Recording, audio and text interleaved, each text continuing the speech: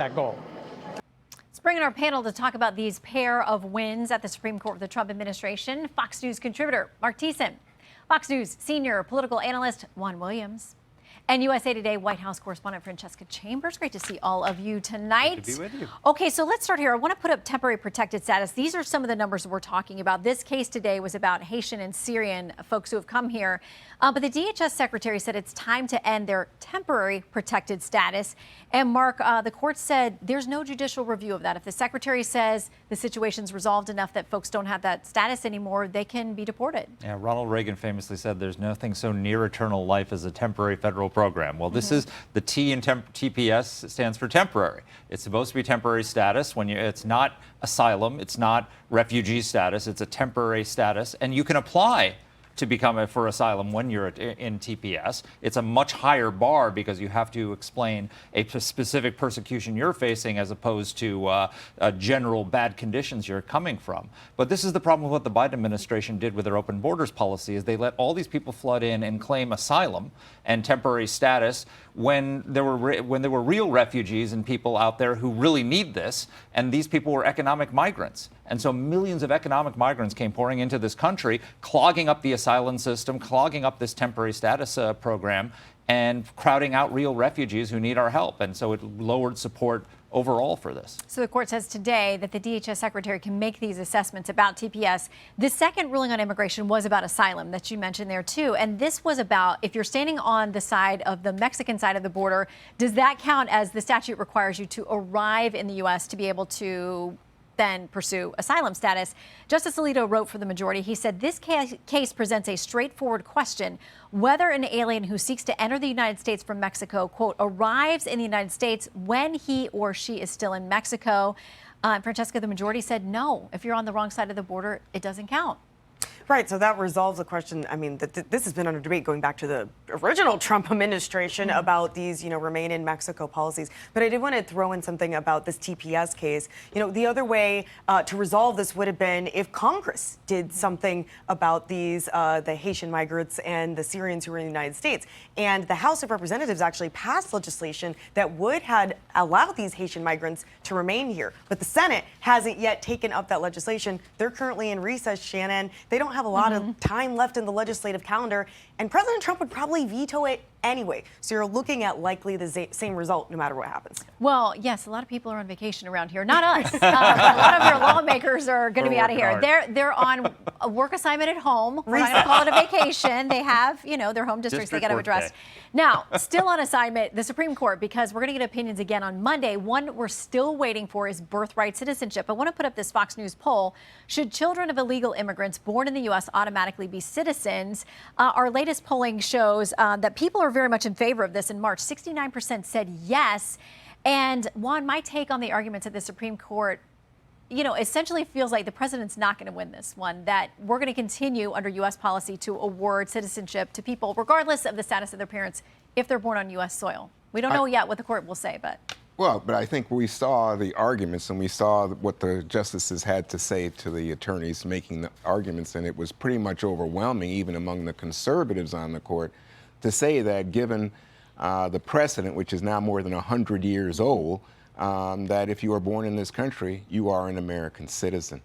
So I think he's going to lose on that one. I think he's got some other wins coming. We've got other cases coming next week on whether or not trans athletes are allowed to play under state law, something to do with mail-in voting. All these things are potential wins, but the big one is the birthright citizenship. If you have a second, I will just throw in and say that I think that on the court's rulings today, I think it was a victory for order at the border, more than anything. And I would just remind people that this was Obama's policy as well as Trump's policy. It got out of control, as Mark was saying, under the Biden administration. But the whole principle of asylum, I just want to go back to something Francesca picked up on, is if we can talk about asylum and what is immigration law, we should be going to the Congress, and the Congress should say this is the deal. But they have, for more than a decade, when Marco Rubio was there, failed to go forward and saying, okay, we're going to reform immigration. Because everybody says this is just too powerful a political issue. It's good to run on. Well, and like we've seen, whether Democrats control White House, House, and Senate, or Republicans control White House, House, and Senate, they have not resolved this. Correct. And so we're going to have more of these court decisions. Meanwhile, today, this reporting from the Washington Post, many other sources too, that Iran strikes a cargo ship on the UN-backed route in the Strait of Hormuz. They cite 2 U.S. officials who said the Singaporean flagged ship was attacked by Iran, with one of the officials saying the vessel was hit by an Iranian drone. Francesca, it doesn't sound like things have completely resolved in the Strait.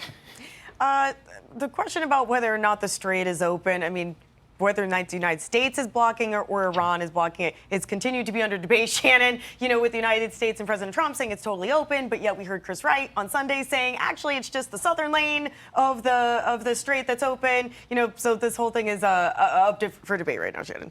Well, and at the same time, Juan, there was a shift in some of the voting in the Senate with regard to the war powers and whether the president, listen, if it gets to his desk, it's going to be vetoed. We know that. Right. But there are the optics of him having people in his own party voting against what he's doing in Iran. Well, as you know from the lunch that took place with the Republican caucus in the Senate, there's a lot of tension there. Mm-hmm. And you can specifically point to, Tillis, Cornyn, and others as people who have been willing to vote against the president on this issue. But for right now, I think the president, feels like he would be embarrassed, and I think he held them together for this vote. The thing is, it's not politically a popular war. There's just no getting away from that, and it's gone on for longer than he anticipated for sure. And I don't think there's anyone who would say that the goals that he articulated at the start have been achieved despite the length of it. I don't think there's been regime change. That was not the goal. Yeah, he said it. No, I'm sorry. The goal he articulated was to disarm the Iranian regime of a nuclear weapon, and that is exactly what he did. What? The Iranian nuclear program is under rubble so deep that the Iranians can't even get to the nuclear dust. It has been set back dramatically by the strike. Let me just say, do you think that there's an agreement in place, Mark, that would indicate that we've won as Americans, that in fact we have taken the enriched uranium away from Iran? Do you think that they don't have the capacity, as was demonstrated today, to hit a ship in the Strait of Hormuz and congest international traffic? You can criticize a lot of things about the Iran war. You cannot. It is indisputable that the Iranian nuclear program has been set back by many, many years. I don't know about setbacks. The centrifuges. These are facts. These are not opinions. You can have your own opinions. You can't have your own facts. I want facts. But the president said they would not have a nuclear program. We do not have their enriched uranium. Not yet. We buried that's where these negotiations have got to come together. Devil is always in the details, and we have this broad, overarching agreement to talk about an agreement. Yeah. So we have to wait. But again, enormous damage. I think everybody agrees. But what happens from here? Quick final comment to you, Francesca. It was a big win for the president when the Senate reversed its position after Bill Cassidy got the briefing he said that he wanted from the White House and, pulled back on this war powers vote resolution. Well, and I don't think he and the president are going golfing together anytime soon. we will stand by to see. Juan and I will. Okay. Yeah, we love it. We love it. Take us along. Thank you, Mark.